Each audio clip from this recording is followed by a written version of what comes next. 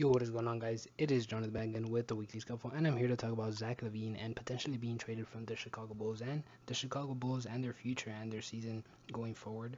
Honestly, right now they're struggling a lot, 11 and 18.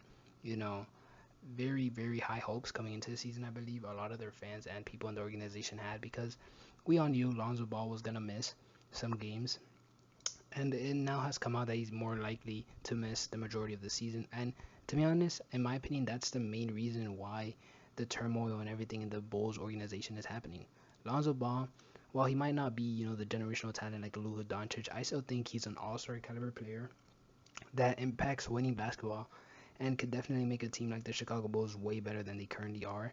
And with that being said, the Bulls have a lot of aging guys who are all-star level talents like Vucevic, like DeMar, not really Zach Lavine, but Zach Lavine's in that. He's an all-star, but he's not in the superstar mode where he's gonna be a perennial all-star every single year without a doubt. So you got a lot of these guys in this mid-level all-star level, and they're really struggling to find success as a team right now. And I think it's gonna be very interesting to see what happens with this organization going forward. They don't have their draft pick this year.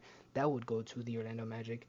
But potentially, with Zach Lavine, with DeMar DeRozan, with Vucevic, there are definitely teams out there that will be willing to trade for these guys.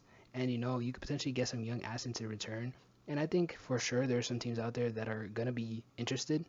And it's just a matter of who, you know, New York is one, for example. I think the Knicks could definitely use a Zach Lavine. You know, the Lakers are always going to be interested in someone like DeMar DeRozan. Vucevic, a big man that could space the floor, he's definitely going to be interesting for some teams, potentially the Pelicans.